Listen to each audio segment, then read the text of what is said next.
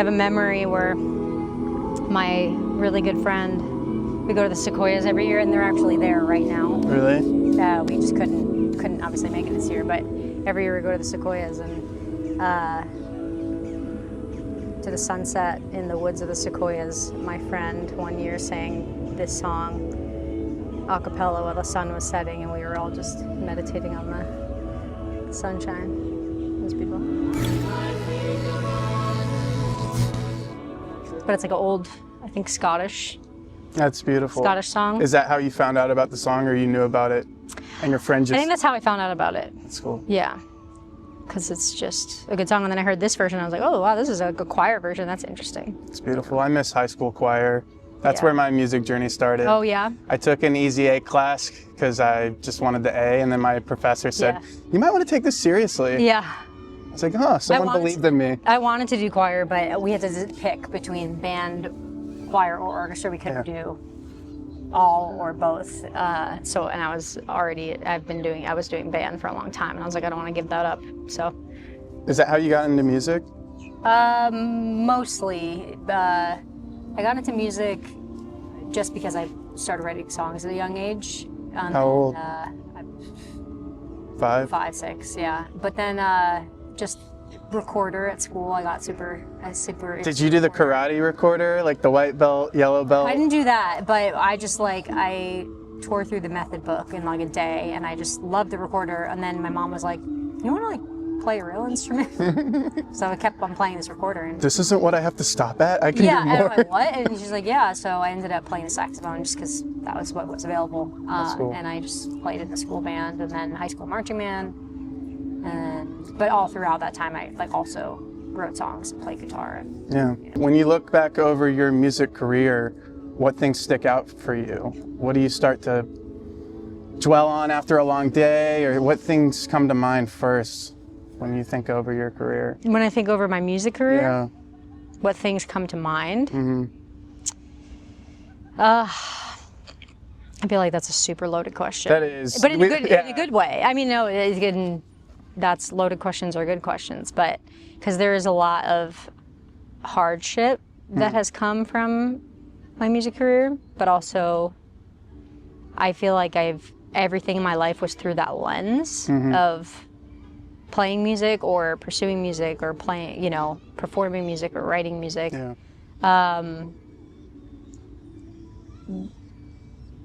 I'll just say. But I think the radical authenticity, I think, is like, my word. That is beautiful. And to be a part of your experience recently, from learning that you moved at the same time as me, we both get to Winter Park at the same time, and then we get to rediscover open mic nights together with Mitchell too. I thought that was such a beautiful way to meet a friend and to grow confidently through my own musicianship too. Yeah. The first time meeting you was awesome. Someone from out of state. I think I went to one open mic here before you showed up for the first time. And I felt pretty alone. I mean, Jeremy was there to introduce himself to me, and I felt a little less alone, but then you were a new kid in town too, and then we started to gather together a group of bandits, and it was so nice to get that repeating every 2 month checkpoint of open mics here. And I think the serendipitous moment of seeing your TikTok come across my page the night before I meet Mitchell, and then realize, I believe in signs. I think that was a sign for me to start working with him. And it was such a beautiful experience. So I guess what I'm trying to say is thank you. Thanks for being another friend for me here. Yeah, thanks for being bold for, just saying hi and, just being so straightforward and forward with being friendly. And I think coming from LA, it's just such a different culture,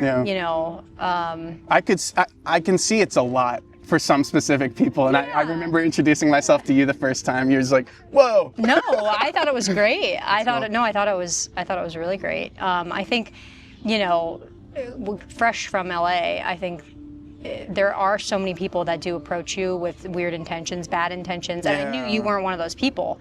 But I think having this realization, I'm in Florida now, I moved to Florida, and I don't want to say the people are different, it's just it's different intentions out here, and it's not always this dog-eat-dog world or everything's based around an industry. It's like, it's just kind of a bit more, overall, a bit more genuine, and people just want to be people to each other versus like, oh, what can I gain from this person in my career? Yeah. It sounds like a very refreshing pivot for you. Yeah, yeah, definitely. And I think that's one of the reasons why we moved. There's many, but I think, you know, people thought we were crazy for moving out of Los Angeles to Orlando to, you know, as we run a production studio and our writers and performers. But I just thought it was actually a great move because I prefer to live in an area where you're playing music for the people versus playing music for other peers or industry people. Like, I want to share music like how it's meant to be shared, not like you're in some showcase bubble trying to get discovered, you know? I understand. Yeah. I naturally am very competitive coming from a family of 8 kids. I feel like that's to be heard. I have to fight and I have to prove myself. Yeah. I can imagine the music scene out there being a bit competitive too, and maybe, I don't know if cathartic's the right word, but relieving to move to a place like this, to be able to feel human again. I'm just kind of projecting a lot, but that's what I'm gathering. Yeah, totally. To feel like your music actually matters versus like, oh, it's just another, oh, she's just a girl that's trying to make it, which is false. You know, I've always wanted to be music for the people, and it's nice to actually, it's almost like I'm still working on accepting that my music affects people in a positive way, because I'm trying to shed this, I guess, jadedness that like that I don't need to take up space because I'm just another girl with a guitar or something. What a humbling thing to realize. Yeah, yeah. What I tried to say earlier was to see like the life come back in your eyes, that finger picking circle maybe 3 weeks ago when you finally played one of your songs again. Like, that was so exciting for me as I'm just setting foot out, like just starting out in my music journey. To see that, like, that energy come back, and I could feel that in the room too. It was beautiful. So I appreciate you for that too, to be vulnerable in that way. Yeah, yeah. Thank you. That's special. So yeah, we talked about how we met, we talked about the open mic night. Now let's talk about cooking and diets. Yeah. Your most recent venture. Could you elaborate and explain to me what the American diet means to you? Oh gosh, the American diet. Well, the American diet, I mean, even the word diet, I think just has a weird connotation, because we think of like, I mean, we're from the generation of like diet culture. Yeah. You know, a lot of our parents were on all these diets, and even now you hear the diet, oh my gosh, my dad was on the Atkins diet. Fudgicles in the fridge. Yeah.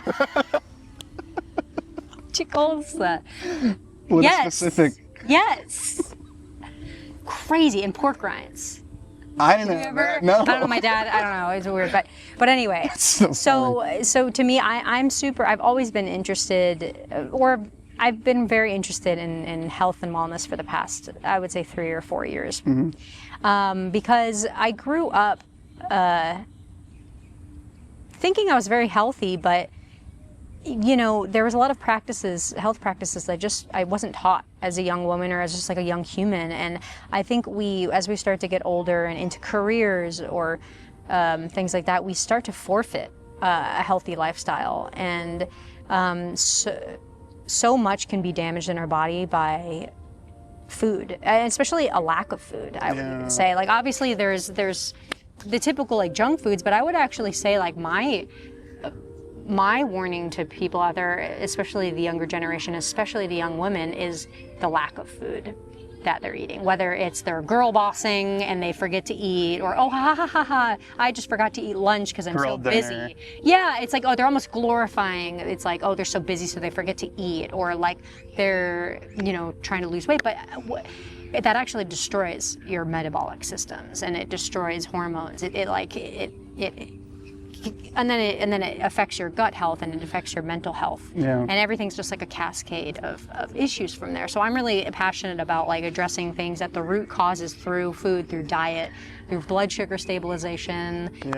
So I'm just passionate about helping people like eat healthier with where they're at, because everyone's at different like economic statuses. Everyone has like, you know, different budgets, and that's important to remember. And the goal is not to be perfect, but the goal is to just learn like what it is to have a healthy plate of food. Yeah. And a healthy plate of food isn't just a pound of chicken breast. That's actually a very unbalanced diet if you don't have like carbs and fats with it. So I just love to get geeky with food. I love to cook food. I love to educate people on like what it means to really fuel yourself from like a foundational level. That's really cool. So this can be a real life case study. Yeah. As someone who thinks, oh, I ate very little today, good job, Matthew. Yeah. As a man who feels that way, like, what is the first piece of advice you would give me to get back on track? Because I think I've done some damage to my metabolism by thinking I'm doing the right thing,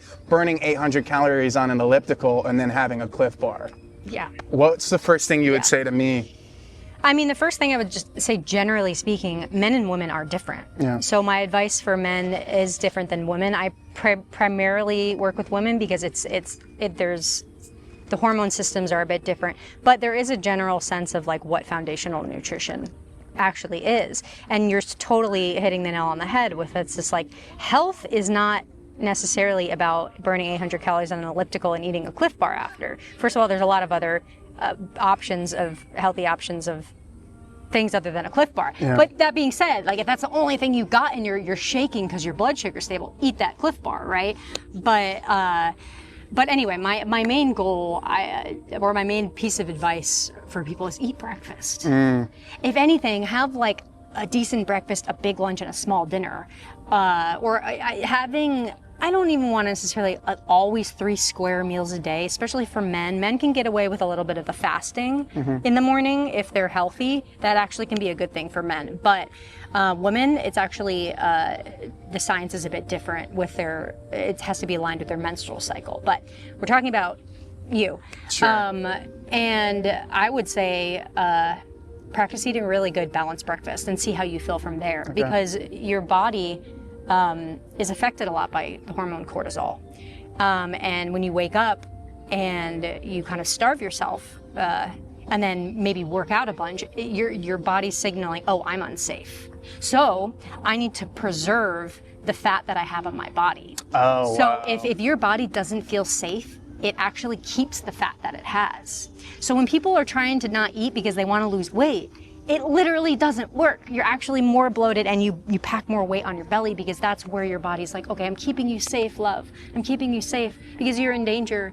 But it's like, we're not out there getting chased by a mountain lion. We're actually trying to like get fit and buff and lose weight. So, you know, if you wanted to lose weight and get fit, I would work on good amount adequate protein intake, but making sure you're pairing that with protein, carbs, and fats. So if you have some chicken for lunch, pair it with, some quinoa or a potato or some carrots, as well as like an avocado for like healthy fats. Yeah. And with breakfast, you have eggs is an amazing source of protein, and you can do like some sourdough toast with it, or in some butter on that, or, you know, you can just have it can be a small meal, but it could be a mighty meal. So my main piece of advice is to see how you feel with breakfast. Yeah. And remember that food is not the enemy. Granted, there are, I believe, some like toxic foods or like fast foods that, yeah, they're in large quantities, they're toxic. But I think to me, the first step is making sure people are eating enough of the right foods. Mm-hmm. And then eventually they'll start feeling so well that they won't even want to eat all the processed sugar and, fried foods and things like that. That's really good advice. Yeah. I also think it's funny how like personal and pointed that is to my life right now. I wasn't expecting this, and I love it. I love it. We keep going. I'm such a nerd with it. It's That's sweet. I'm trying to think of what's next. So my energy will be all sorts of whack because I'm not eating balanced, and then I'm blaming it on myself while I'm feeling like I'm running from and then a you crave mountain sugar. I'm only guessing because it's like or I move on to medicine, and then you start this other side of things. Totally I think I'm speaking on behalf of a lot of people that I've known in my past, and as I mean, medicine's a whole different conversation. We won't go there, but like that idea of like, oh, I'm not complete. I need something else. When you can fix it with your whole diet. Yeah. And that is a piece of hope for me. That's cool to hear. Yeah, and it takes time. I mean, that's the thing where the lifestyle and diet, those things can take time, whereas, you know, some medicines can just be like instant. Yeah. And that's that trade-off of, you know, good foundations, sometimes they take time and energy and a lot of effort, and which some people are not. They're not. It's hard to build that strong will. It's hard to do, and you have to reprioritize your life, right? You really have to, like, the way that I mean, you come over all the time. When am I not in the kitchen? I'm always serving my husband food in your recording sessions because I'm eating, and it's just, I've reprioritized my day so I can make sure that I'm feeding myself and my family healthily, and that's a sacrifice of my schedule, but like, you have to choose, you know. Granted, you know, you could, there are healthy more to-go options that you could purchase, but again, that's also my desire with my budget. I would rather cook healthy food at home. That's cool. And I would assume you get a sense of pleasure from making that food. Absolutely. Yeah. I didn't always, I mean, I wasn't always obsessed with cooking, but I think it just, actually, I fell in love with cooking as when I met my husband, is because I had someone to cook with and for and together, or it just made life a lot less lonely. That's sweet. Yeah. The puzzle pieces come together there, and I guess you're both better off. That's awesome. Yeah, yeah. And the beautiful thing is that he like loves to cook too. Yeah. So sometimes he's the one nourishing me. And that's just really I haven't seen that side of him because he's always working for me. You should totally come over. He's a great cook. It's awesome. Yeah. One of the last things I'd like to touch on is caffeine. When's the last time you had caffeine? You know, I have views on caffeine in the sense of, like, I think some people can really do it when it's done right. I cannot handle caffeine. I haven't had caffeine in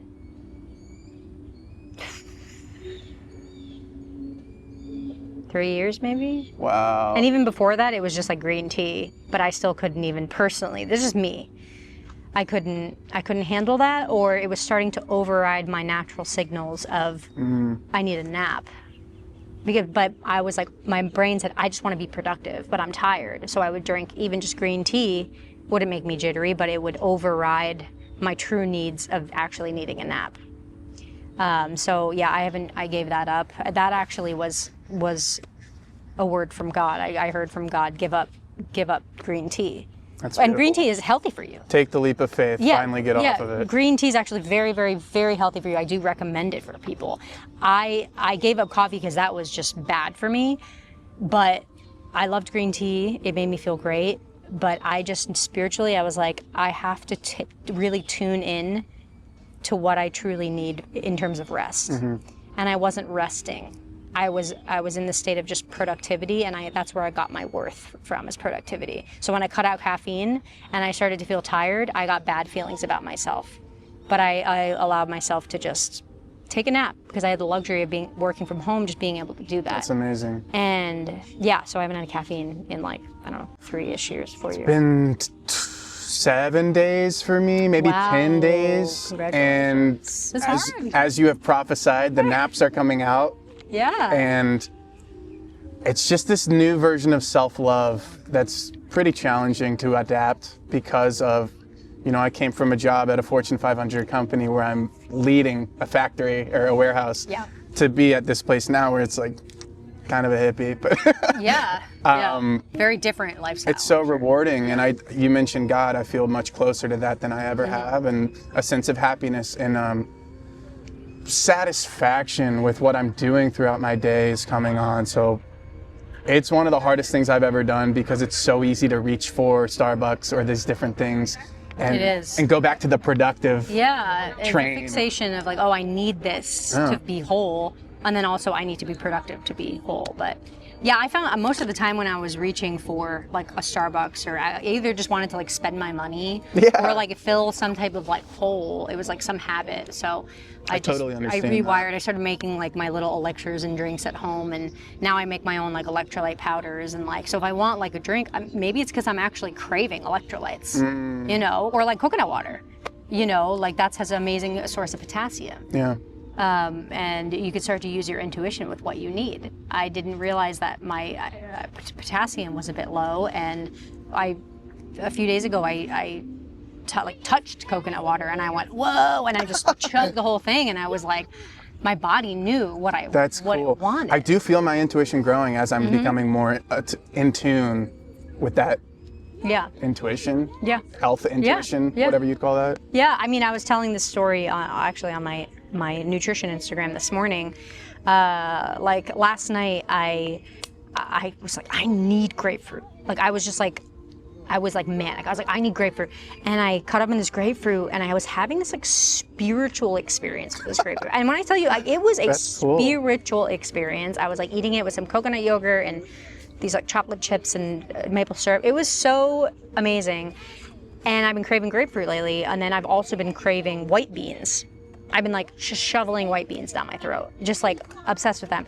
And I got a blood panel back this morning, and it turns out that I'm low in vitamin C and calcium. And those two foods have those things in them. So you got your voice back. You can understand what your stomach is talking. Yeah. It's like we technically, I mean, those lab tests are good to have if things are feeling off, but it's like our body really knows, you know, obviously you have to discern, like, oh, it really wants an Oreo right now. No, I know what you mean. You know what I mean? But maybe it's craving a carb. Maybe it's craving a natural sugar. It's like a fruit, you know. Maybe you're just thirsty. So I just feel like most of us are so out of tune with, you know, what we actually need, because we're trying to override it with things to quick fixes. fill the holes of our soul, you know.